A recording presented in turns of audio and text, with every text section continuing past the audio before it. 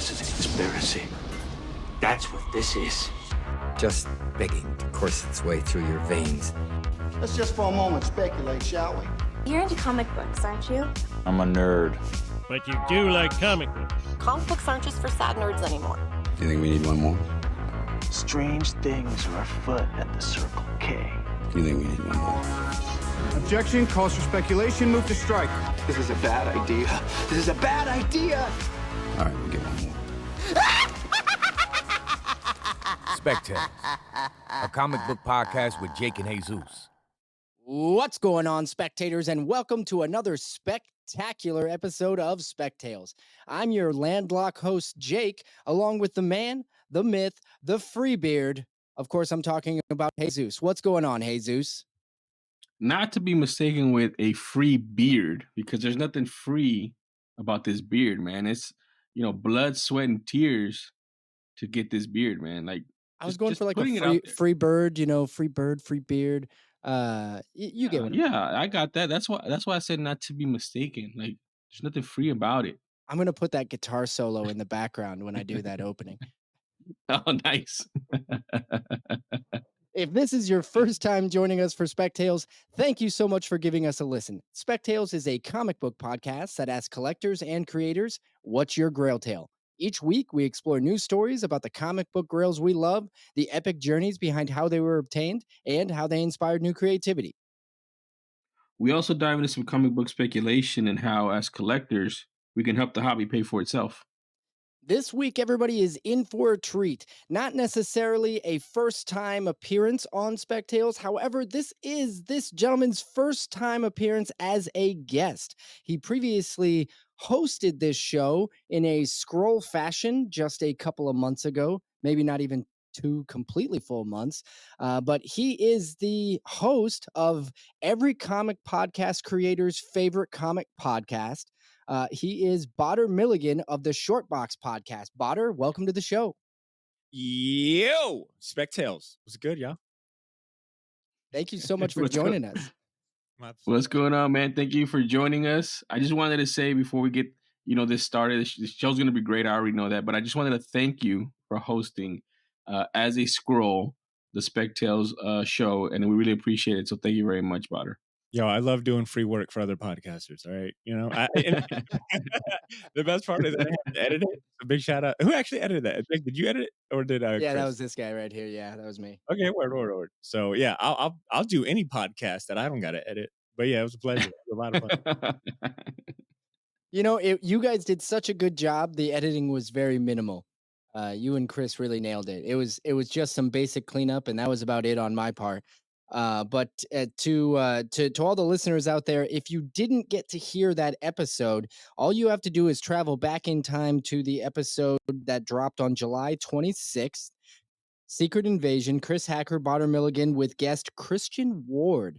I'm actually slightly jealous that you got to get Christian Ward's Grail Tale and Jesus and I didn't. Although we're still counting it as a guest on the overall show. Like we checked his box.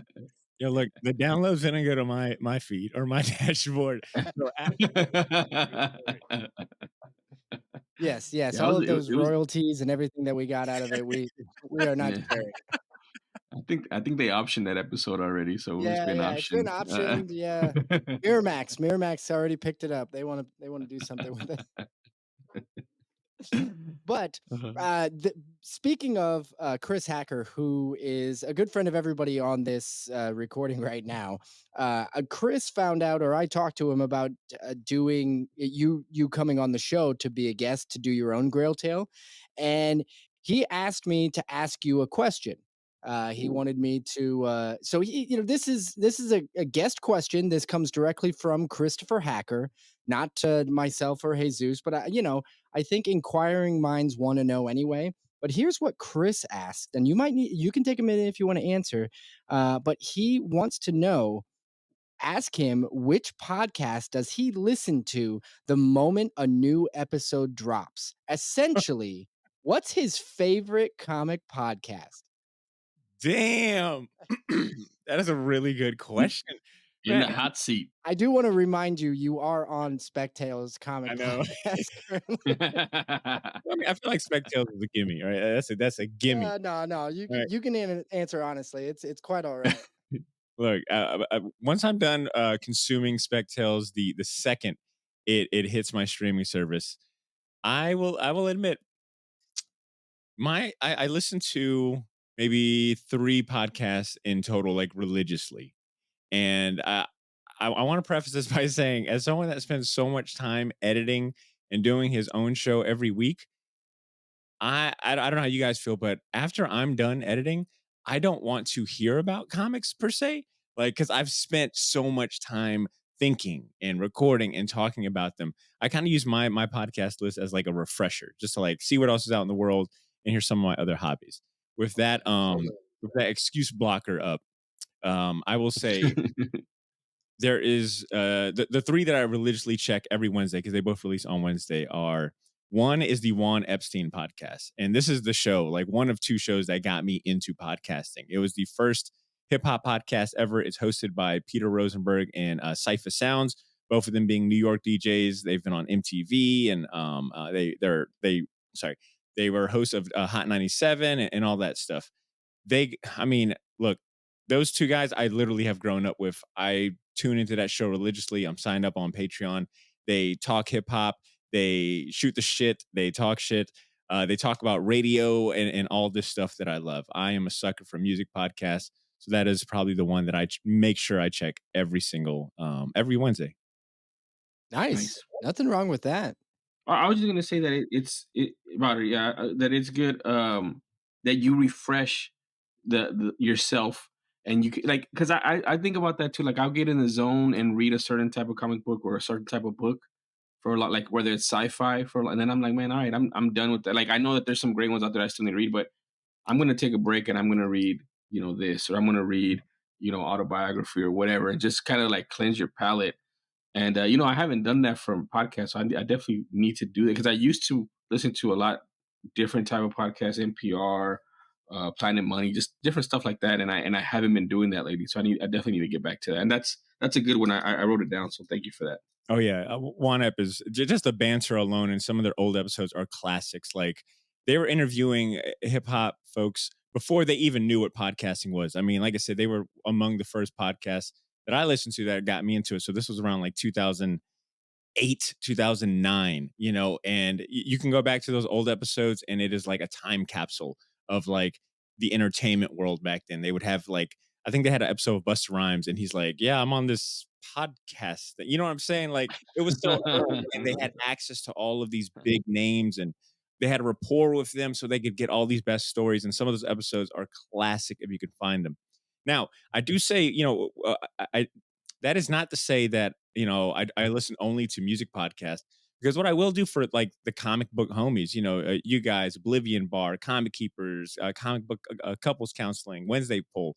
If you guys have like a cool ass episode or topic, I'm definitely tuning in, like for Spec Tales, when you guys had Guido and Lisa on the show, when they did their takeover, I tuned in for that one because it was, it was like, damn, 2 of my favorite people taking over like another pair of show. And then anytime like Oblivion Bar's got a cool guest, and I think like Comic Book Keepers just announced that what's his name that writes Radiant Black? I'm drawing a blank. Oh yeah, him. Al Higgins, I think, is his name.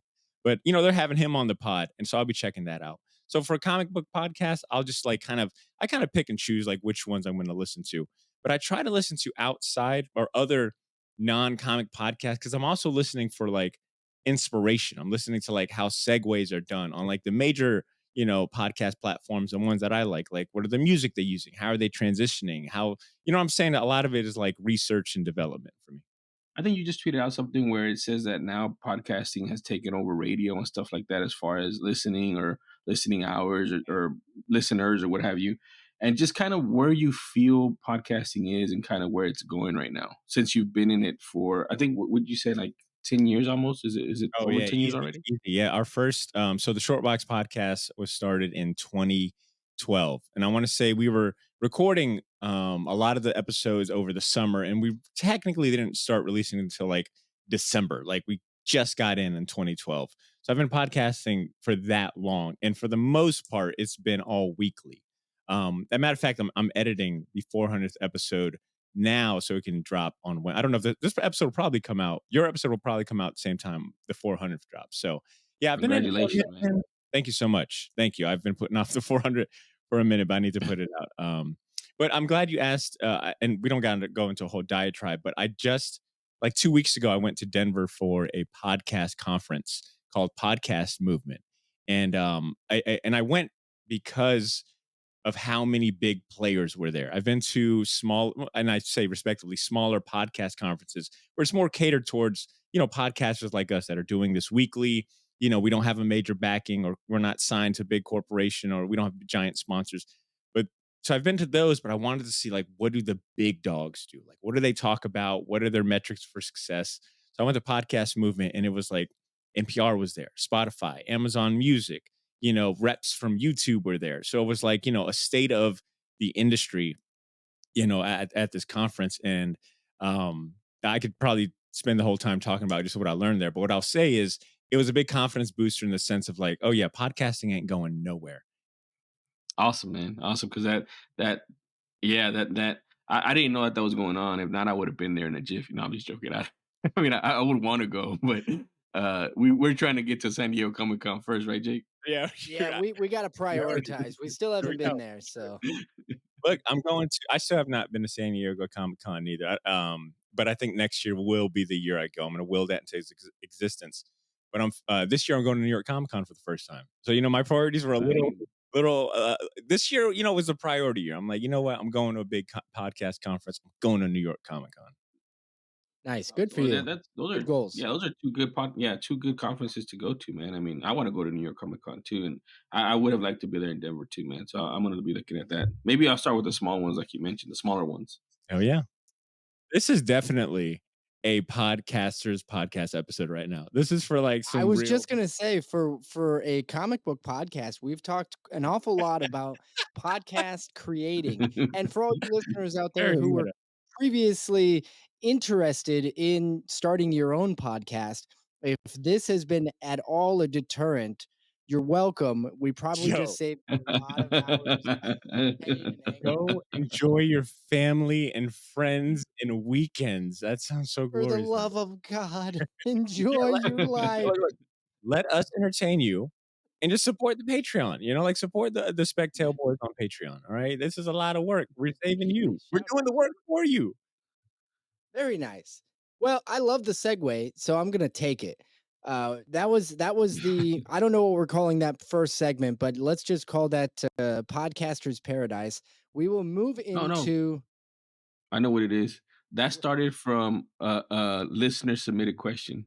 Oh, that was the listener submitted question. Good Thank you very save. much, Chris Hacker, for that. Yeah. Let's roll into the first official segment of this episode.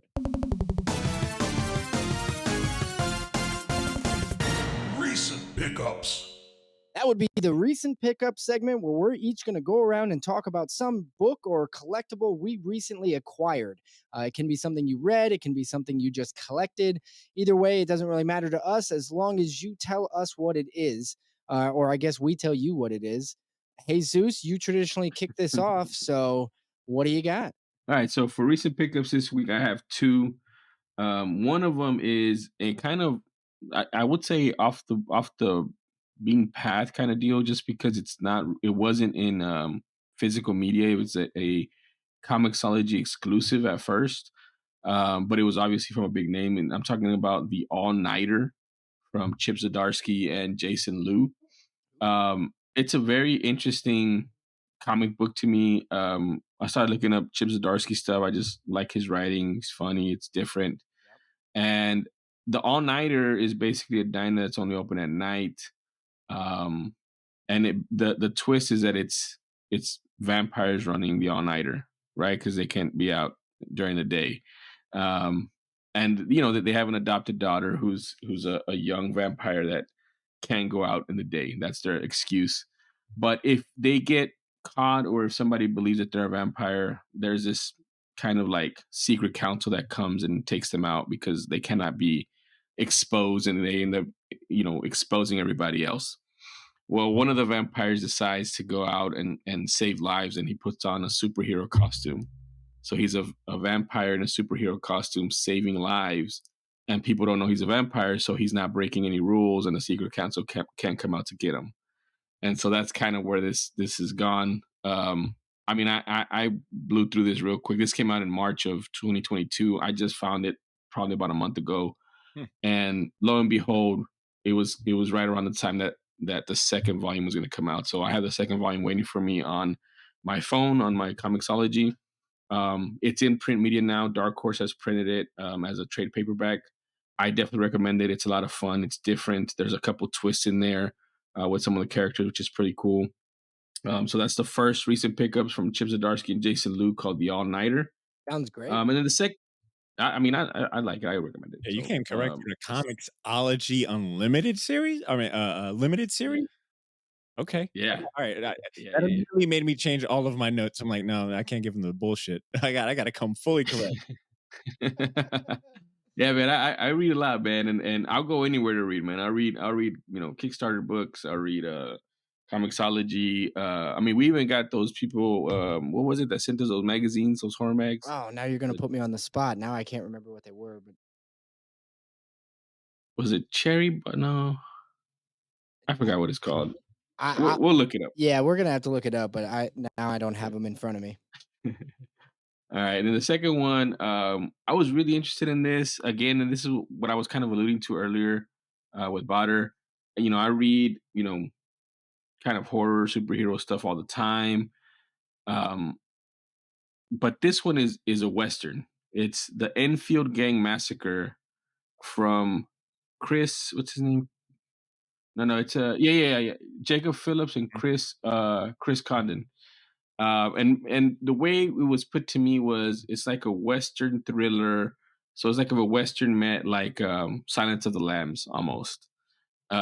So it's so different. Like it's really good. It's a Western, right? The art is awesome, but also just the presentation. The front covers are painted. It looks like they're painted, and inside is newsprint, right? So it's like that old timey paper feel to kind of give you that whole vibe. But I really enjoyed the first one. It leaves off on a great cliffhanger. It's only 6 issues that have been announced so far.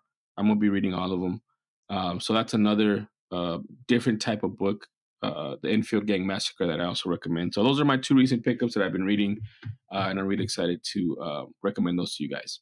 Dude, those are solid. And I like what you said about the presentation, because that was a big reason why I ended up picking up that issue. Because I was only going to get it digital, but I was at the shop and I seen it lying around, and I think it was the last copy, and I picked it up. And I'm like, oh, this, you know what I'm saying? Sometimes you pick up a comic or a book, and like you could just, just from that initial feel, you're like, yo, this is different. There, some thought was put into like, this experience I'm having right now. But I'm familiar with the creative team, Chris Condon and Jacob Phillips from That Texas Blood, which honestly I need to go back and finish. I read the first 3 issues as they were coming out, because obviously Jacob Phillips is related to it's Sean Phillips, right? Sean Phillips from Brubaker. I think so. Yeah, they're related. And I think Jacob Phillips does a lot of coloring for his brother on like the Criminal and Brubaker stuff. So these 2 right here have held their own. Yeah, man. I was like, that Texas Blood I know was on a lot of people's list. And when I seen they were doing, because this is kind of like part of that Texas Blood continuity or universe. So they're telling like a prequel story to that story. So it's cool to see them like expand on that original idea.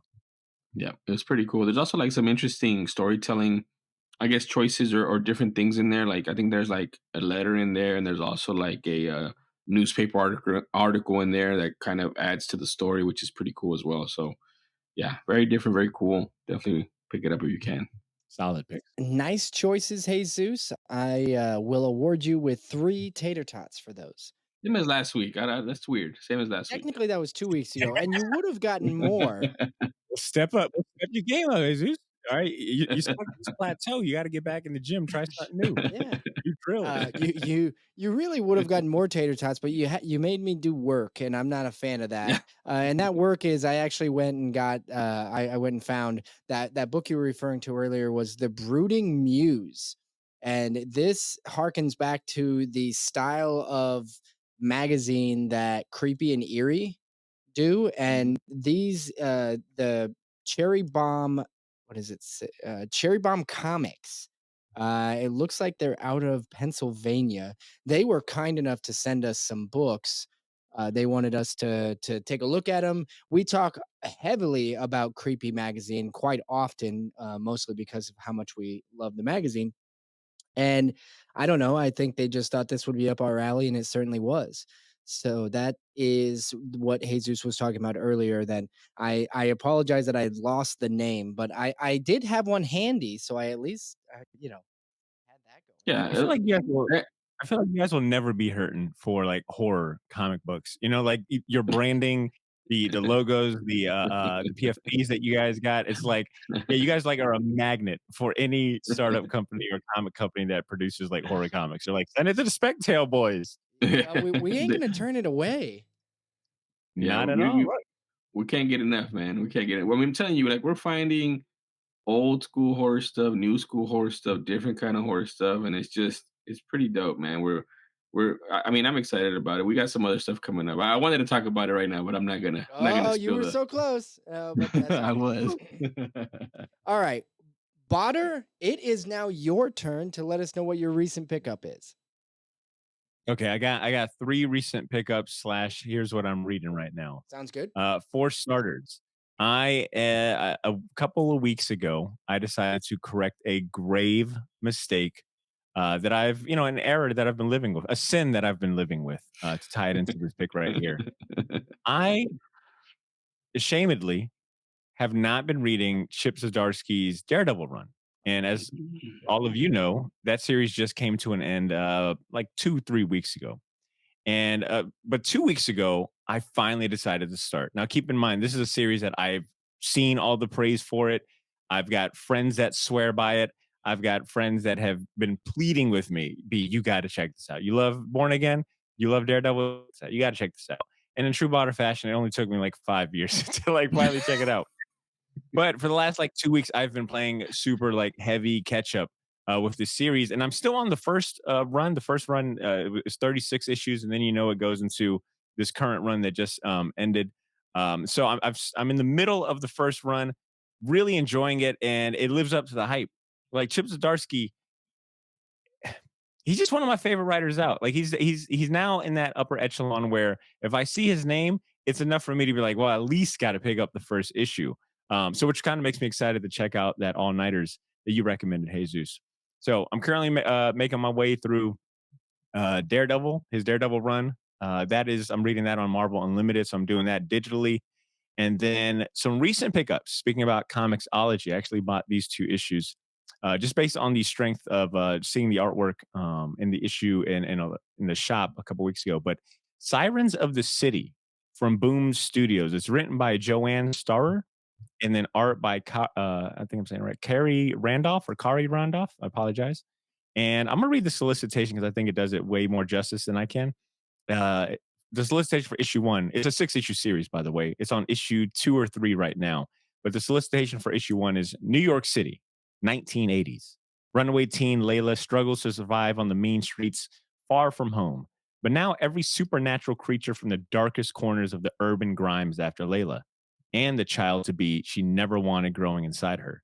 This gritty urban fantasy created by Joanne Starr from The Gimmick and Excellence's Kari Randolph shines a light on bodily anatomy in a patriarchal world. It wasn't until I read that solicitation and got to that shines a light on bodily anatomy in a patriarchal world that I'm like, duh, there's a deeper meaning to all of this. And, it's like, oh, yeah, that's cool. Because, I'm reading it. The art is gorgeous. It's primarily a black and white comic, but they have splashes of certain color, primarily reds and blues and like purples, to accentuate like certain emotions or certain things going on. And depending on the supernatural creature or society that the main character Layla runs into, whether they be vampires or sirens or magicians, it's like a different color set or a different color palette that's used.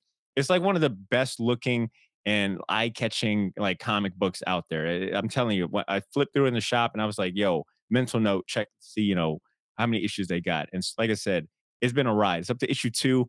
It's a solid story too when you have like that piece of information, because you can just enjoy it for it being like a good looking book or something about, urban fantasy genre, but then also like the deeper meanings that they're trying to get across. So Sirens of the City is number 2 on there. And the last but not least thing that I'm currently like just addicted to is this manga called Hajime no Ippo. And this is like an old manga that came out in the 89 is when it was like serialized and like shonen manga. And then it's got an anime, and it's still going on to this day. As of July 2023, it's got 138 tankobon volumes as of to this day. And it's a boxing manga. It's about a young kid by the name of Ippo that learns to box because he's, getting bullied, and he's very shy. And he just gets into boxing. And the way this manga breaks down boxing and fighting techniques and the strategy that goes into it and the action, the way they actually show and illustrate like the boxing fights and the punches being thrown, it is so it's amazing. It's good. It's like, damn, I don't even watch this much boxing in real life, but now like it's sparked interest, and I'm looking at boxing like, all right, this is actually helping me understand the sport a little more. So, and it's a hella inspiring too. Like it's, it's a little saccharine. It's got a little bit of saccharine where it's like, you can do it if you just put your mind to it and all that. But you're watching this character actually do that, like have a positive attitude and learn these things and fail and get back up. So, you read it and you're like, damn, this action is cool, but I'm also going to do like 10 push-ups right now. And I got to give full props to Juan Gideon. He is the artist writer and artist for Jurassic League. Had him on the podcast a few weeks ago, and he mentioned this manga being like one of his favorites. And I wrote it down on the list and checked it out, and it's been awesome to read so far. So I'm excited to get through even more. So that's what those are my recent reads. Nice. Man, Well, so I just wrote it down myself because that sounds awesome. yeah, so manga is pretty cool, man. I've been reading manga for a while, and just when you tell me, like, I hadn't heard about this one. I mean, obviously it's older, and I'm reading an older one as well too. But it reminds me of like, I feel like some manga, especially like that, like where it's a certain theme like boxing. And now I'll say another one that reminds me of it. It's a Slam Dunk. Have you heard of Slam Dunk?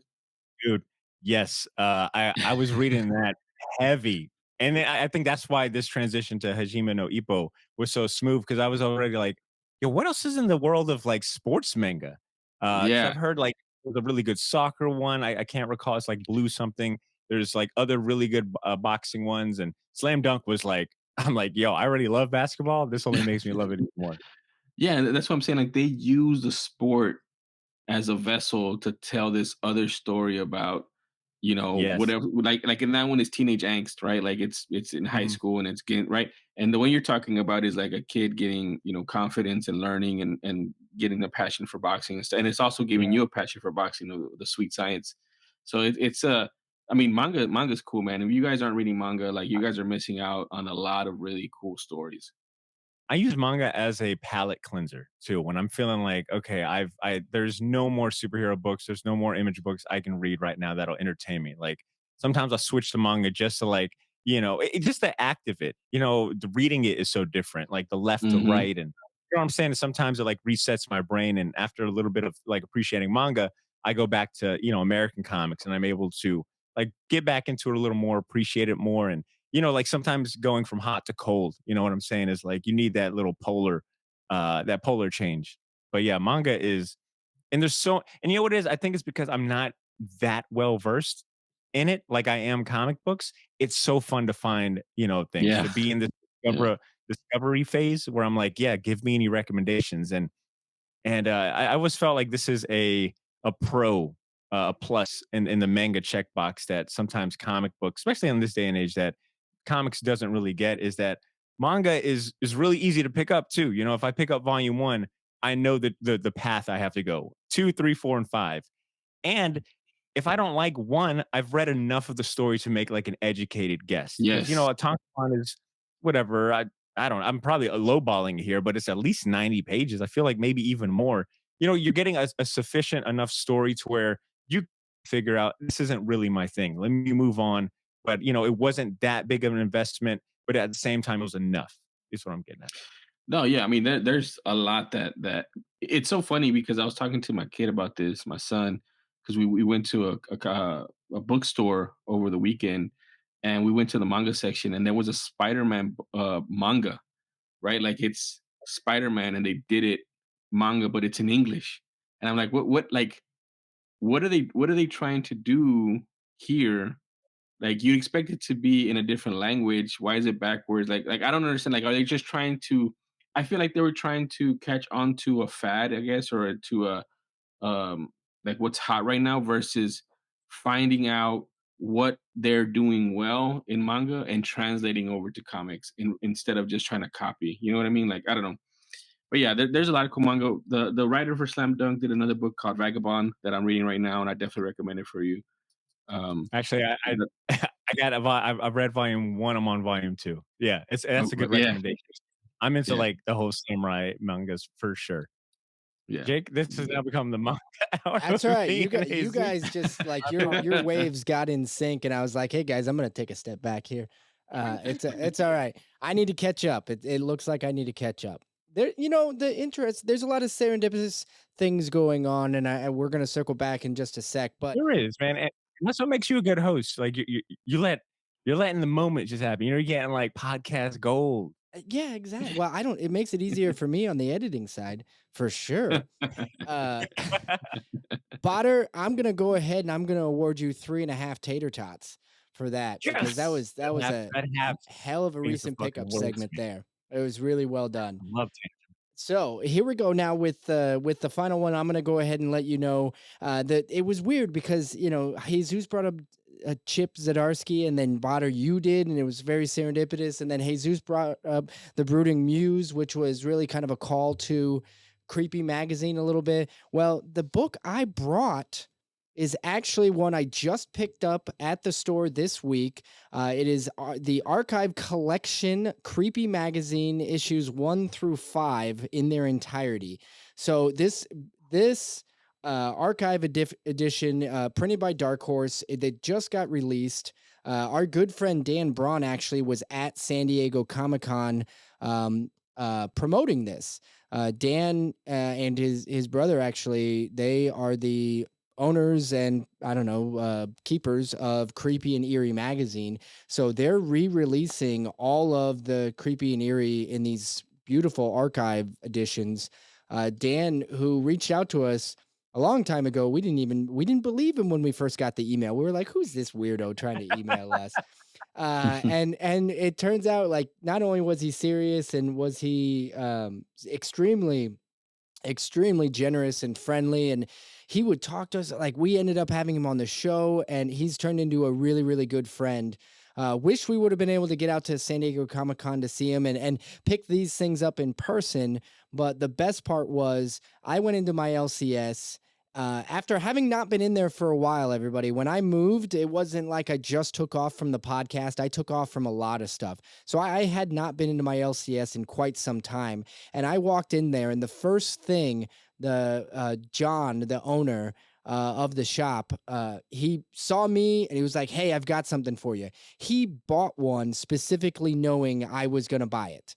Like, he knew I would want it. That's the telltale sign of a really, really great owner. So absolutely.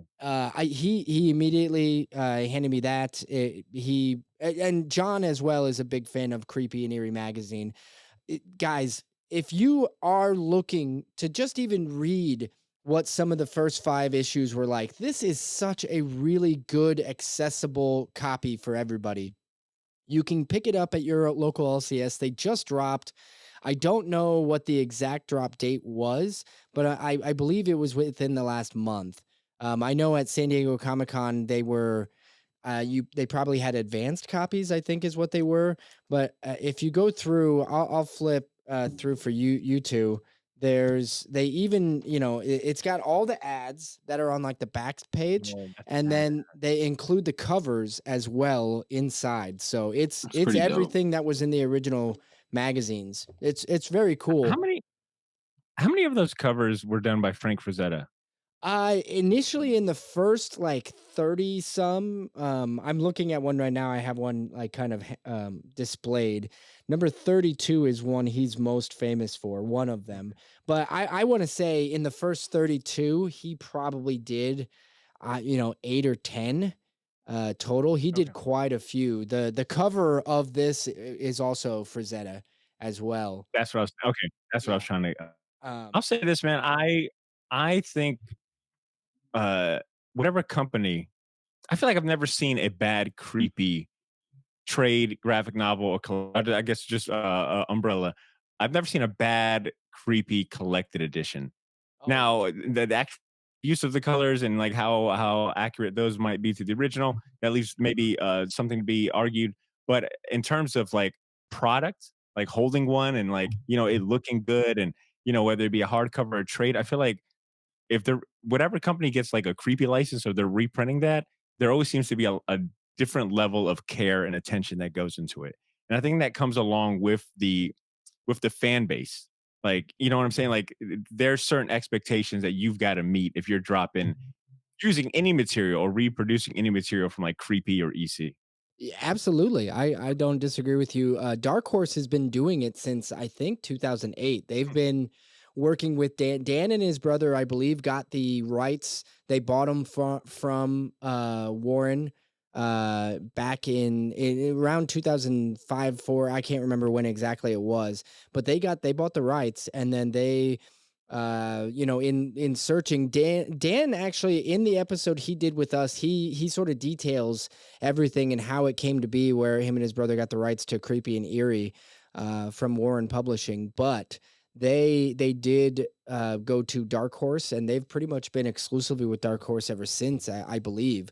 So that's why it's such high quality. I do think that has a lot to do with, like you said, the fans. But Dan and his brother, the reason they had bought the right, they were fans, right? They grew up on Creepy and Eerie, and that was why they also demanded such high quality out of Dark Horse when printing. At least that's my understanding of it. Dan, if you're out there listening, you're welcome to correct me. That said, everybody, I'm sure it'll be a shock to everybody, but I just received 4 tater tots for that recent pickup. It was a really close call for everybody involved, but when calling back to a friend of the show and a guest of the show with Creepy Magazine, I don't know how I could get any less than 4 tater tots. Yeah. It's one thing to hear this blasphemy and the game being rigged as a as a listener, but to experience it firsthand. I feel for you, man. I got a new level of sympathy for you. You just can't, man. For me, I take solace that we had a serendipitous moment and we talked about Chip Zdarsky, and that's more than a tater tot's worth in my book. Right. And I'm sure, listeners can chime in and tell us how much that's worth as well. And if they give me a tater, then I'm at the very least tied with Jake. But Jake also does make a good point, man. Dan is a good friend of the show, and that is a really dope Creepy. Like I want to buy that book now. Yeah, you'll have to go out and get your own. What's one tater tot between friends? Yeah, exactly. Maybe I'll split one with Jesus. I don't, maybe. But 3.5 for everybody. There we go. 3.5. Oh, God, that makes way too much sense for that to be what we do. All right. Can I share? Go ahead. Really quick. I'm sorry for interrupting. I promise this will be the last, maybe not last interruption, but just because talking about Creepy and EC and Warren Publishing, I wanted to share an interesting fact I learned from an interview with a comic book consignment director that works at Heritage Auctions. You guys are familiar with Heritage Auction, right? Yes, like largest auction house, always fucking breaking records for selling comic books and comic art. They're having a big comic and comic signature auction September 14th through the 17th. So by the time this episode drops, not only will that auction happen, my interview with that guy, Brian Weedman is his name, will also be out. So there goes the synergy right there. But he schooled me onto something interesting and told me about how some of those, because we were talking about like, key grails. You know what? This all kind of ties in. Jake, I got it. This all ties in. We were talking about grails, and this guy has had, I think he said, he has had Amazing Spider-Man 15 like 5-10 times in his hand. The way he spoke about Amazing 15 and Detective Comics 27 and Batman 1 was the way we probably talk about fucking bananas. We're like, yeah, I've had a banana in my life. You know what I'm saying? You know, it was so mundane. But what got him excited was pre-code comic books. And aside from just being a fan of like those illustrators and those stories, he was saying some of those books, though not recognized or name, quote unquote name brand Grail books, some of those books are way more valuable or harder to get than say a ASM 15 or something, because not just pre-ban books, but especially around like the ban period, Seduction of the Innocent. He reminded me like, yo, we were burning comic books in this country around that time because we thought, they were, devilish and causing juvenile delinquency.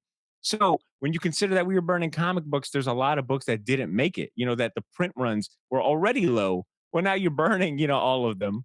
And now they're even more scarce. So he mentioned on the podcast, like a few books and titles that, go for a lot of money because there's literally maybe 2 of them out in the world. And I thought that might be interesting to share. Yeah, the serendipity factor continues here. Jesus is smiling because we literally just recorded an episode for our Patreon, actually, with Ryan at Automatic Comics. Ryan has a YouTube show channel where he really is, in my honest opinion, he might be the smartest golden age collector out there. The amount of content he provides within his channel, he has been buying and selling through heritage auctions and anywhere online for years, and he's been also keeping very, very close track of sales. So he doesn't just track the things that he's buying, he's tracking the sales of lots and lots of books and following the ups and downs. Not a lot of downs when it comes to golden age either, but yeah, what you were just saying really rings true in what we were just talking about with Ryan. We go into a little bit more depth, of course, with regards to very rare books and how to really sort of break into the golden age collecting and things like that. That's on the September episode of Floppies, which is our Patreon exclusive series. So if you're more interested in that, you can certainly go and listen to that. But I do think we need to keep this train rolling. Badr, if you don't mind, we got to get into this next segment. Grail Tale. Grail Tale. Grail Tale. Grail Tale. Grail Tale. The Grail Tale segment. That's the one. That's our favorite one. Jesus and I, we're going to sit back. I'm going to have a pina colada, and we're just going to listen to you tell your tale. You lucky bastard. That sounds so good. All right, I've got 2 that I'll try to keep short for the sake of time here. And I want to go and preface it with a disclaimer that I was trying to think of like what is my Grail Tale? What do I consider my Grail? And I'll be honest, man, for as long as I've been collecting, I only had a very short stint as like a serious collector that was like, cared about like prices and, getting hot books, and that like died out pretty quick, and especially died out when I sold all of my single issue collections. When I moved out of my mom's house, and she was like, look, these 20 short boxes and long boxes cannot stay in this garage anymore. All right. I want to bring in a electric bike that I will never use. All right, Badr. So sell all these. Once I sold all them single issues, I was almost basically out of like the game. But so the 2 stories that I have aren't necessarily about me per se, but I feel like definitely fit this segment here. First and foremost, one of my the issue for this first one is Deadpool number 44. It came out in 2000. It is part 1 of a 2-part story where he crosses over with Black Panther. The story part 2 is in Black Panther number 23, which came out October 2000. There is Deadpool number 44, I believe, has a really cool Joe Kelly cover, if I'm not mistaken. I know it's like a Christopher Priest is credited as one of the writers. Now, the story with this one goes that my dad, is the reason I'm into comic books. His collection was my collection as a kid. He had them all stored in a garage and an old VCR cabinet. None of them were bagged and boarded, which kind of goes to show you why, like, Whoa, Jesus went in and pulled it out. Hell yeah. Jesus is Wow. holding up the cover right now. Dude. Nice. That's badass. All right. Yes. Oh my God. That cover is bringing back. Okay. So my dad's collection was my collection. He also did not have any concept of selling or rarities. And he had a couple of books in there looking back. He could have sold and made a little bit of money. But for him, it was always like the entertainment value, the reading, and all of that. So that kind of passed along to me. And my dad was really proud that he had all of the Christopher Priest Black Panther run. He was super proud of having all of them. But the only issue he was missing was the Deadpool 44. You know, in his eyes, it was like, well, technically, I don't have all of them. I've got this one missing because it's a 2-part story, and my man Black Panther is in it, who's, you know, one of his favorite characters. And this is like us not really. I think this is like around the time when we did not really have a home computer or anything like that, or we weren't really too savvy into buying like issues or comics from online. So I would look for this comic book everywhere I'd go. Like, and this is like young me used, like, I think I'm still working at like Domino's. I might have been working at Target, had a few dollars. I didn't have much. So I was looking in every dollar bin I could find around the city here in Jack's, every comic shop. If I went digging, I was probably looking for this. And I always wanted to find it for him to like complete his story. But it was really, really difficult to find this comic book. And then one day I think I looked up on the net because I was like, all right, I can't find this out in the wild. Let me buy it for him for Christmas. Man, even then, we're talking like 2006, 7, 8, when during like this time period, this book was like, I think $80. It was going for $80 online. And I can't afford even a $20 book. So, I mean, I wrote this book off. And then in 2000, I think 9 or 10, I went to my first MegaCon here in Orlando. And I went with my best friend, Drew, who's one of the co-founders of the Short Box. He's a regular host and all that stuff. He was like, yo, let's go to MegaCon. You've never been. I'm telling you now, it's going to blow your mind. It blew my freaking mind. I mean, I was like a kid, a tiny baby in a candy factory. I was blown away by how many books, because he was telling me like, yo, I guarantee we'll find any book you want, any book you want. Dude, this book, not at this is what I was convinced of.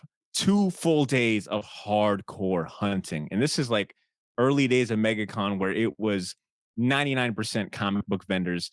It was like massive floor. You know, the floor is massive and covered in comics and short boxes. And dude, I looked so hard for this book. I remember, I think I called my dad and I was like, Dad, I think you're just gonna have to let go of this dream. And my dad didn't care. He was like, boy, I've let go of this dream a long time ago. Like, why are you stressing out about this? He's like, yeah, there's way more. You know, he didn't even know this meant this much to me. For him, he was like, Badr, I've got every issue of Black Panther Christopher Priest run. I'm like, nah, Dad, you need Deadpool 44. You got to finish the story. And I think he was how it ends. I have the second part. And it was like the last day, and we were going to leave. It was like Sunday. We spent a full day in Orlando in the MegaCon. I had never been, so I was ill prepared. My feet hurt. I was tired. I was broke as hell. Fingernails dusty. You know, just like tired. But it didn't stop me from wanting to go for the last day. You know, even though there was no one in there. You know, vendors and booths were emptied and picked. All the good stuff were out. But I went around this corner, and I think I had marked on like a little map they gave us everywhere I had been. And I went around this corner that I don't think was on the map. It wasn't on the map. It was by like the bathroom. And I'm like, yo, this dude has like the worst spot, you know. Well, it's not the worst spot when you think about it, because you hit the people that go to the bathroom. But anyways, I'm walking down, and Drew is like, don't freak out. Look up. And on this wire rack is this fucking comic book in all its glory. It was like bagged and boarded, just staring at me. Like just staring at me like, yo, I've been here this whole time, you numbskull. And sure enough, that book was expensive as hell. It was like 60, 70 bucks. And I could not afford this book at all. Like at all. Especially like at that time. I'm like, yo, I don't even got, you know, gas money to pay Drew to give this back. But Drew put his hand on my shoulder and was like, I'll go half with you. Like, I know how important this is for you. And I could just, he wanted in on it. He wanted to help me achieve this dream. And we bought this book, got back to the house. Now, mind you, I had already called my dad, like, yo, I don't think I can find this. He was not looking forward to anything. He gave me like another list, like, yo, if you can find this and this, get that. I slapped that book across the table and he like audibly gasped. He was like, it is true. They do exist. He was like the M&Ms and they meet Santa. They do exist. It does exist. Yeah, man, that was like, and I helped him complete that. And I think it's a book he still owns. And I've seen the price is, I think, still relatively the same. But that was like my first time having like that moment of like, yo, I found this book in the wild for, decent price for someone else. And so that's one of my Grail Tales. The other one I think is this one affects me because the same character, man, Drew. When I graduated high school, I started working in Target. That's where I met Drew, and we became instant friends. I think he heard me say something about Green Lantern, Hal Jordan, and he was like, "Yo, you fuck with comics?" I'm like, "Yes, I do." And we've been friends. This was like 2008. We've been best friends since then. Well, around that time, I was into like weird books, I was just like into weird comic books. I wasn't like fully into like I was really into Marvel, but I wasn't into anything else per se. I wasn't into like DC or any Image or indie books, but I was also a big video gamer and I love Street Fighter. I loved Marvel's Capcom, the Street Fighter games. That was my shit. Besides comics, it was like video game was a close 1B. And I got into the Street Fighter comic books, the original ones that came out in 2004 that were coming out through Udon Studio or Udon Entertainment or whatever it's called. But it was coming out through Udon. Look, if you are a fan of Street Fighter, these books are drawn gorgeous. The story built on the lore. I think it was like one of the first times that they really expanded the lore outside the game. Like the comic books that were coming out around this time were basically like, being faithful to the video games and the characters and building upon these lores. And it just looked good. You had art by Alvin Lee. I think Arnold Sang is also another name. Like it was a beautiful series, really good drawn book, a lot of action. And I was committed to getting every single issue of that series. And I had all of them. And then I learned and then that was a crash course into variants because I had like issue 2B though. So you know what I'm saying? It was throwing me off because I was like, yo, I think I have this book. Oh, I have doubles of this because it's issue 3, but I've got every cover. And the one issue that eluded me for years was Street Fighter issue 6, cover A. When I say also like the Deadpool, I went through every single box. I think I went through every single short box here in Jacksonville. If there was a comic shop that had back issues or comics period, I've been through them and I was looking for Street Fighter 6. It got to the point where it got kind of fun because I could have bought this issue online, but I was like, it was like, it's a $3 book. It was like, it was easy. But I made a rule where it's like, I got to find this out in the wild. And of course, like I was doing weekend digs with Drew. Like every weekend we'd link up, we'd go hit a shop and we would just like go digging. And this book was always at the top of my list. And anytime we go digging, maybe like, like we all do with our best friends when we go to a shop, it's like, what are you looking for? And what am I looking for? If you find it, let me know. And it kind of became a game where every week we go a little further outside of the city limits. We go to, Daytona, which is like 45 minutes away. Go to every shop there. Okay. We'll go to Orlando shops. We'll go to Tampa. It was just a fun thing. And I remember that summer vividly, just going to shops and whatnot. Well, fast forward to like 2010, Drew leaves to join the Navy. And the Navy's boot camp and school and all that is in Chicago. So he goes and like, I remember that was a tough summer because, my best friend was gone. So and all we could communicate with was like writing letters and the occasional text if he got his phone. And, it was just like an interesting like summer for me just growing up and, kind of finding new friends and blah, blah, blah. But one day out of the blue, I get a text from Drew. And this is like a time period where like, if I got a text, it was sporadic. His phone, it was like shitty phones. He was also like busy doing boot camp and tech school stuff. And one day, man, he sends me a text out of the blue. And I think I was studying for a final. I was stressed. And I get this text and I get excited. I'm like, yo, oh shit, Drew just texted me. And it is the most blurry, grainiest photo of this skinny twig, no hair, in uniform looking like, it looked like a baby had just joined the Navy, He's holding up Street Fighter issue 6. I remember spazzing, like losing my shit in my room, like, he found the Grail! He found the Grail! And I tried to send him a text back and it just fell through. I had to wait a whole week before we could spaz. Like, I think he had graduated. He called. He was like, the first thing I should have said was like, yo, congrats on, graduating boot camp and all this stuff. First thing we said was like, dude, Street Fighter 6, what, 6A cover? Like, oh.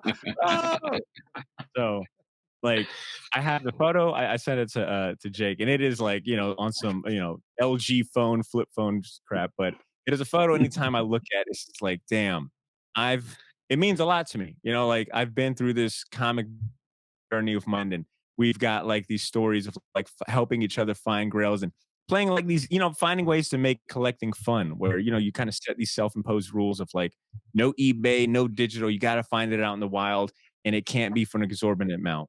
Like it was awesome. It's just funny that it took, we had to go to Chicago to find this damn issue. Could not find it here in Jax.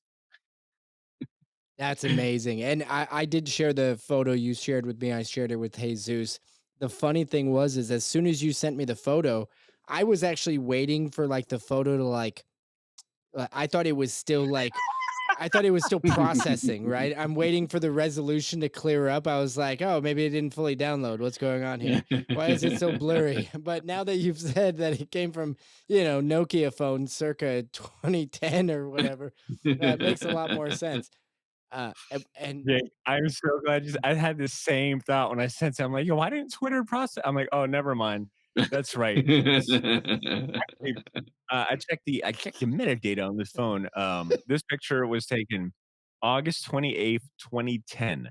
So, and so it was like the 13-year anniversary. It's a couple of, man, that's pretty awesome, man. Well, dude, first of all, like, awesome Grail Tales, man. I mean, I feel lucky we got two of them. It's crazy. The first one with your dad is like, I mean, that I mean, and it's also too, like you mentioned, you said you kind of put some rules in place too. Like, yeah, maybe he didn't want it as bad or what have you, but you wanted it for him, right? And you went everywhere looking for that book. And I also think it's pretty cool that you have that first, MegaCon memory Yeah. kind of tied to it, like that. I think that's really cool as well with that Grail Tale. And I just and it completes the run. It's just pretty awesome, pretty dope, man. And then the second one, man, like more serendipity. We're Target buddies. I worked at Target as well for about 2 years. So, You got the I, scar. I yeah, man, I got, I was a stalker, man. And so I definitely, can relate to that. And also one of my best friends I met there as well. So it's just really cool that you can tie these grails to these pivotal moments in your life with your friend and your dad. It's Yeah. really Man, cool. for comic books for me has always been like, recording the 400th, we got a voicemail that was like, what does the short box mean to you? And I had said like it not to sound all Vin Diesel, it's definitely about like family. Like the short box and really like comics in general has always been something that I look at aside from like being the best I think art form out there because you get story combined. But for me, it's about the collecting, the story, like that friendship and building connections with people. And my two Grail Tales happen to be, make me think about my dad who got me into it, and my best friend who, I really got into this, culture with. Those are definitely, yeah, because it's never been about like me finding an expensive thing or something. I feel like I've always been a giver, love giving gifts. And those two, I got to give something to someone, and I, in turn got to receive something too. So I think it works out. Yeah, and that really is the epitome of the Grail Tale segment. I know we are always super excited when the Grail can be like we've never had a Tech 27 Grail Tale told, but the thing is it's never been about the value of the book for us. It's so much more about the I guess it's not about the monetary value, it's about the emotional value attached Yeah. to the Grail. That's what makes it the Grail. And so both of your stories 100% hit that right on the head. And I think I the only comment I really want to have or make is your first story about finding the book at, for your dad. It works for me. I did something similar for a movie for my dad, where the movie was never released on VHS or DVD, and I ended up tracking down the writer of the movie, who was Oh, is wow. extremely old. My dad saw it in theaters. Tracked down the writer, ended up getting them to make a bootleg copy because they were the only human on Earth that actually had this. They had the film, right? And they made a bootleg copy for me for free simply because I just wanted to give it to my dad. So I can relate on that. But the That's the awesome.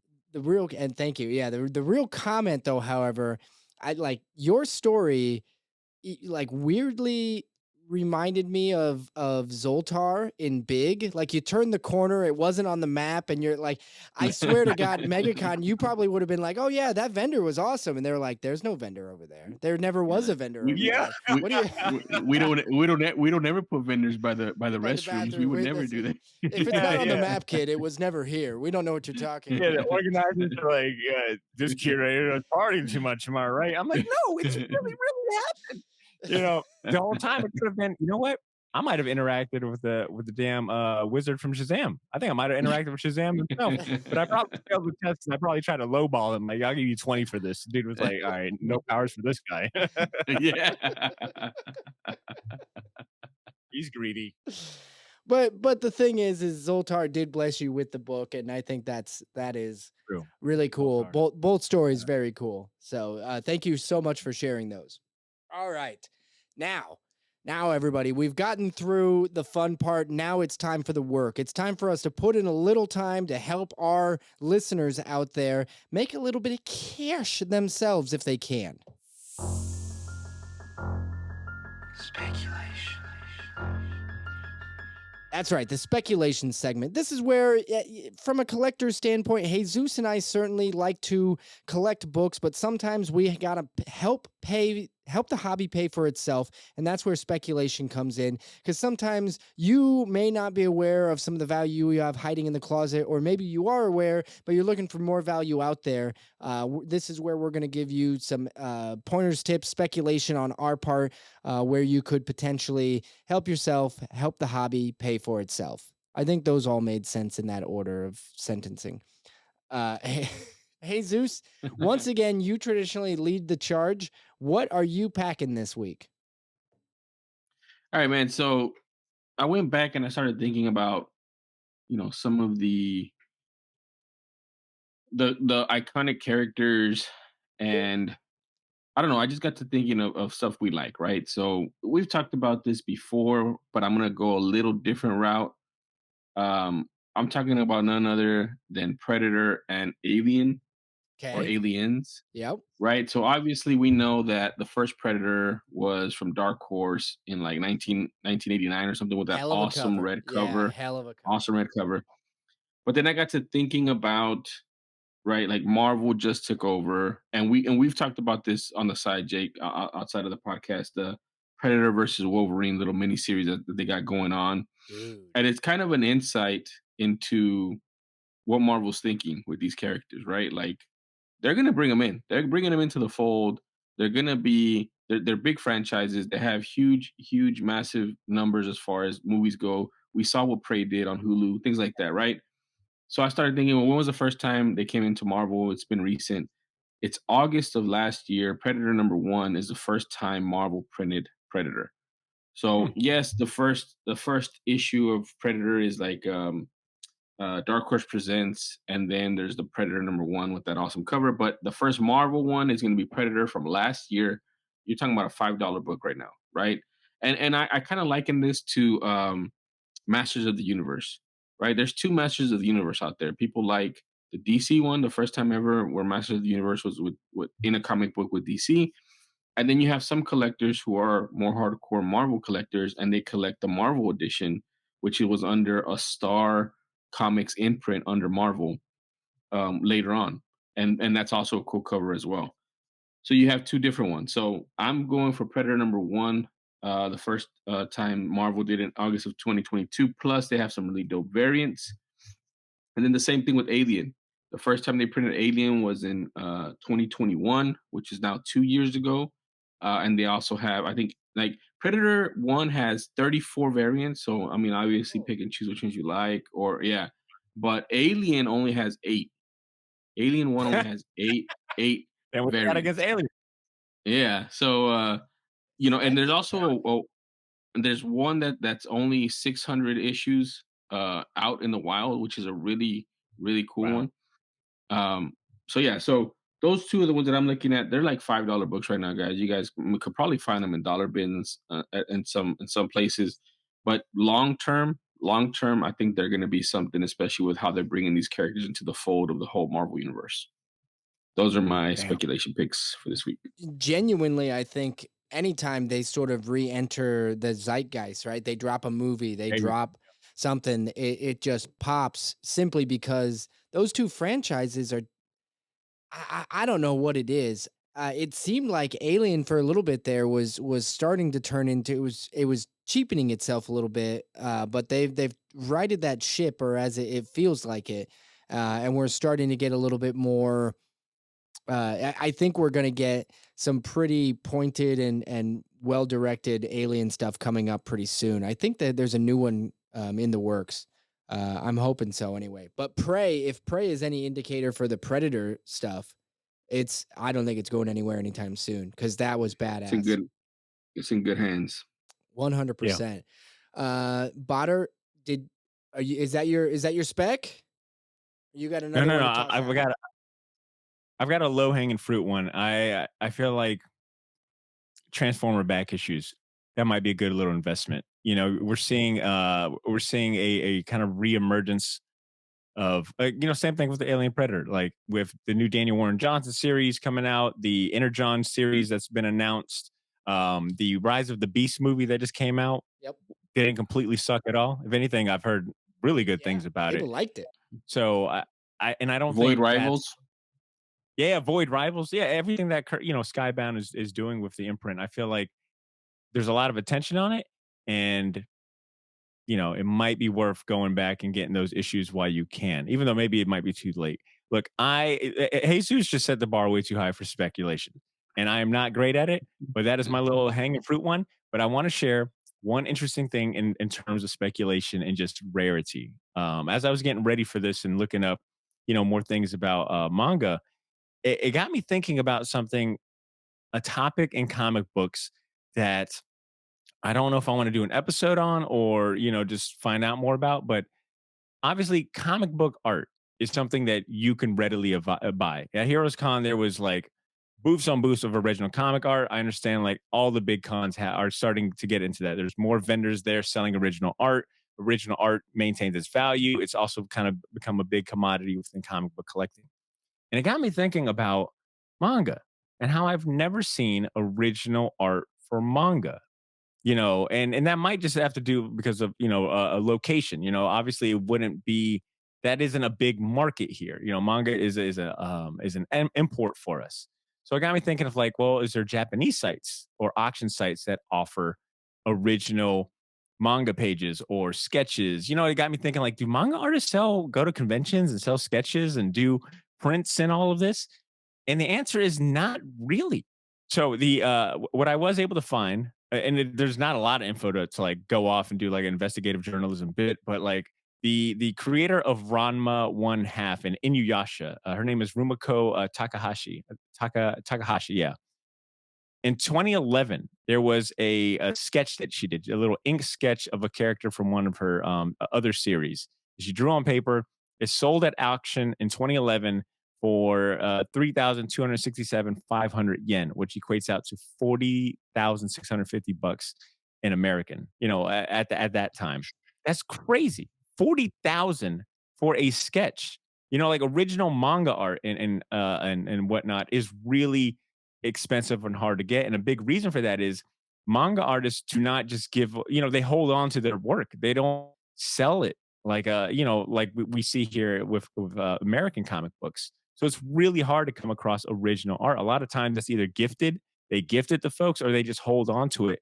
And I think that kind of ties into like the Japanese culture, and I'm sure a lot of that plays into it in that sense of like, stoicness and humility and all of that. I think, and in a sense, manga is such a big, and anime as well, such a big piece of culture for them. It's not just a sense of entertainment, but in Japan, like manga and anime is like revered, as a cultural, a part of their culture.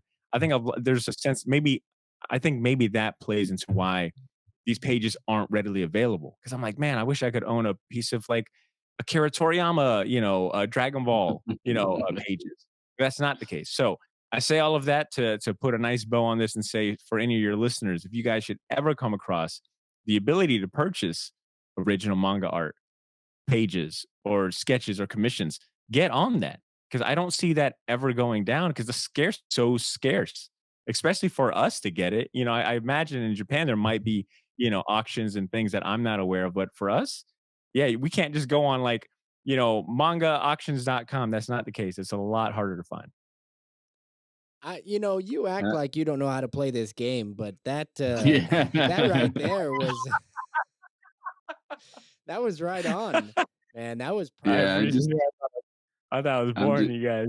Thank you. no, all I'm thinking about right now is One Punch Man manga that I want now. Oh God. Original art. Yeah. Yep. We're gonna have to look into it a little bit more. Thank you, Badr, for giving us more to collect, right? That's just right in there. Perfect. You said the goal. You said the goal was to help. What would you say? To help the hobby pay for itself. I'm sitting over here like, look, dump all of your money into and you'll get rich off it. The new Which might, Dogecoin. Yeah, that's what we're talking about. Dogecoin. yeah, manga coin. Exactly. No, I really like it. I wanted to go. I'm pivoting a little bit with this week's edition of speculation for myself, and it is once again just kind of the circumstances of which what are the conversation, how it sort of led it down a path. We talked earlier. You brought up pre-code horror, you brought up Golden Age, we already touched on Ryan from Automatic Comics. I was actually going to bring that conversation up because something that we talk about in that episode of Floppies, which is our Patreon exclusive, something that we do talk about is heritage auctions. You brought up heritage auctions. I had this note I wrote this like 2 or 3 days ago that this was going to be my speculation. So the fact that you brought it up is just insane. But really what I'm going to recommend out there, everybody do out there from a speculation standpoint, I don't know if this is a help the hobby pay for itself kind of moment, but I do think that it is a make yourself a more rounded collector. If you want to become an individual that can help the hobby pay for itself, I do think that understanding how to buy through heritage auctions is a useful skill. And I say skill because if you look into it a little bit more, it is not just like eBay, right? It's not something where you go, you click the button, you buy it now, and you go. It doesn't work that way. It's a little bit of a learning curve for your first time. Jesús is a recent first time heritage buyer, and it wasn't like he went on there and just willy-nilly threw money around. He did a little bit of research going in. Heritage lets you know what books are going to be coming up for sale in lots. I guess what I'm trying to say is this was a learning curve that I am recently undertaking as well. And so from a speculation standpoint, I'm not saying that you can utilize this knowledge to buy books that you can resell, but I'm saying that if you know what books you're looking for and what price points you want to get into, Heritage has a lot of really, really good opportunities to buy some good collectibles that you could potentially resell if that's what you're into or that's what you want to get into. So the challenge here is what I'm putting before you is go challenge yourself to find a book on Heritage you want to buy, right? It's not going to be hard to find one you want to buy, but of course, find one that's within your price range, all of those things. Give it a shot, because if you've never purchased on heritage auctions or any of those auction sites, it is a fun trip to go down. That is not your average eBay buy. Jake, I'm gonna hop on this train with you and piggyback off all of this, dude. I will say maybe over the summer I watched my first heritage auction, live auction, and I had seen the headlines. Original Spider-Man. Original comic book art from Secret Wars, $3 million. That Spider-Man page. The headlines. Yep. Yeah, I've seen all the headlines, but I've never. I'm like, oh, okay, it's sort of like an eBay. Wrong, super wrong. Big shout out to Eli Schwab of Cosmic Line Productions. He had sent me out of the blue a link like, yo, you got to watch this auction. And I'm like, all right, let's see it. It was one of the most funnest things I've watched. Like, especially working from home, I had it on in the side, and it's like, and next up we have Amazing Spider-Man number 15, going for 50,000. You know what I'm saying? It's like, wow, this is all about comic books and comic art, and some of the things they've got. I'm really into the collectibles they've got, like the sketches that from years ago, the original comic book page, the art, the paintings, dude. You're right. It really opens up your world from just collecting single issues and slabs and key books to like thinking in a wider space of like, okay, well, my favorite artist also did this series of paintings or also does these sketches, and I've never seen that before. And like right now on the this is all like great synergy and timing. Right now, at the time of this episode releases, Heritage Auction is having their September comic and comic art signature auction, and there is 1,300 and I want to say 49 items, comic books, tons of them, arts, collectibles, and dude, yeah. But you're right. It does take a little bit of learning curve because there's things you got to consider, like the damn buyer's premium. 20% on top of what you're paying is definitely a learning curve. But I would recommend just challenging your listeners to at least make an account. Just make an account just so you could follow along with the auctions, because I think you need an account to actually watch the auctions. And it's just a lot of fun to see like some of this stuff go for thousands and millions. And then at the same time, there's things in the lot that are like super reasonable. You're like, wait a minute. Like right now, there's a John Byrne Wolverine convention sketch that's colored from 1979. It's like right now the auction is at $100. Pretty reasonable, and like old enough to like feel like, oh wow, this is like a piece of history. And not only that, but when you make a free account, you also get access to all of the high res images they've got. And if you're a fellow podcaster or content creator, or you just want to look at high res images of like cool ass artwork, it behooves you to make a Heritage Auction profile. And they're not paying me to say this, but they probably should. Yeah, they definitely should be paying all of us for this episode. We'll reach out. So that's my speculation, I guess. I know it's not our traditional spec, but Jesus and Badr both gave 4 tater tot level speculation offerings, so we're just gonna go with that. You guys tied. Now, I didn't even win. You put words in my mouth, and I'm gonna accept it because I would have given you 4 taters. Oh well, For thank you sure. very That was much. a 4 tater piece of ice right there. I felt slightly bad for being mean to Jesus the previous 84 episodes. So He's just throwing me a bone here with the tie. Is what he's doing. That's why I'm on the show today. Yeah, Jesus, I'm here to help you get your just dues. well, good for you, Badr, and good for Jesus. He finally partially shared a victory on one. That is going to do it for this episode of Spec Tales.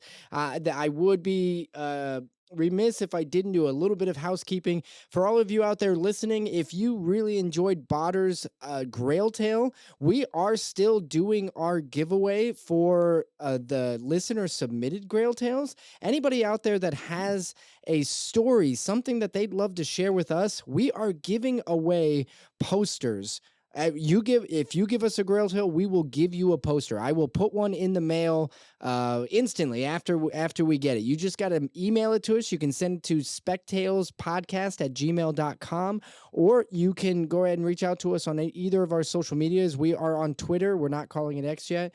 And we are on Instagram. You can reach out to us. Give us your tale. As Badr very well illustrated in this episode, it's about being personal to you. It doesn't, we have a lot of people who will say like, I don't have any comics of value. That's not, I mean, you do. We promise you do. Everybody's got a Grail Tale. They just may not know what it is yet.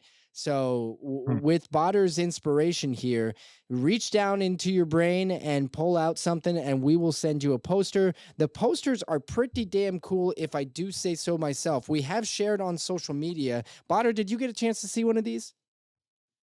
Oh, no, show it. I'm sure it's going to look rad because you guys do a great job of branding and your designs and all that. No way. No, I already seen just a little bit. Oh, get that. Dude. Look how big that thing is. Huge, right? Like it's massive. And it looks like it's made from some quality. That don't look like the one ply. That don't look like it was printed on one ply toilet paper. No, this you can hear it. It's good. It's thick. This will go up on your wall, and it's big. It for all of you out there who can't see it and who have not gone to our social media to see what it looks like, it is our mascot JJ, but he is dressed up like Uncle Sam, and this is kind of a recreation of the Uncle Sam. I want you to join the army or whatever for the recruiting, but it says I want your Grail Tale, which is what we want. So we will send you a poster if you send us your listener submitted Grail Tale. That we are still running that, and we'll probably run that until the end of time. But Badr, it has been an absolute pleasure. Would you mind telling everybody where they can find you out on the internets? For sure, man. This was a lot of fun. I appreciate you guys giving me the chance to come on here and share the platform with you. For anyone that wants to follow me after the party, to go to the after party, you can head over to the Short Box Podcast, a comic book talk show. We are available anywhere you get your podcasts. So whatever you're doing right now to hear this episode and hear me talk, just go ahead and search the Short Box. Go ahead and hit that little subscribe button right along with it. That's the beauty of podcasting. To circle back to the podcast conference, one small but big piece of advice that I got. You ever hear like advice that you're like, I already knew that, but sometimes I need to hear it said in a different way or by someone else or right now? Was podcasting really isn't a competition. When you consider that it is a medium that the listeners don't really have to like pick and choose, like they can listen to multiple podcasts. They can listen to more than one comic podcast. So with that being said, we're all friends here. So if you enjoy what Jake and Jesus are doing, check out the Short Box. And yeah, if you want to follow me on Twitter, it is at the Shortbox Jax, JAX, or just go to theshortboxpodcast.com. Very nice. Yeah, it's been an absolute pleasure. We really do appreciate you joining us. And we were able to finally get that Grail Tale from you, even though, you had hosted, you and Chris, you were on, but we told you, I remember leaving a note, make sure Badr doesn't give his Grail Tale, because I knew you would have wanted to. But you weren't allowed to. But I'm so glad I told you that, because I wanted to be here for it. Hell yeah. No, this was a lot of fun, man. You and Jesus are fantastic. Keep doing what y'all doing, man. The podcast in general need you guys, all right? The podcast space needs y'all. Well, thank you. Yeah, season 3 is really off to a great start. We're enjoying ourselves. All you listeners out there, thanks for sticking with us for this episode. Please come back next week where we are going to have, once again, another really, really cool episode. I'm going to tease it, Jesus. I think we can. Next week, we have the one and only Kieran Gillen joining us. What? Yeah, we are very excited about that. We have not actually recorded with Mr. Gillen yet, but we are all scheduled to do so. And with luck, it'll all go out without a bang. Knock on wood or do something, everybody. But that is set up for next week, or the episode that will be dropping on September 20th. So looking forward to that. Thanks, everybody. Catch you next week.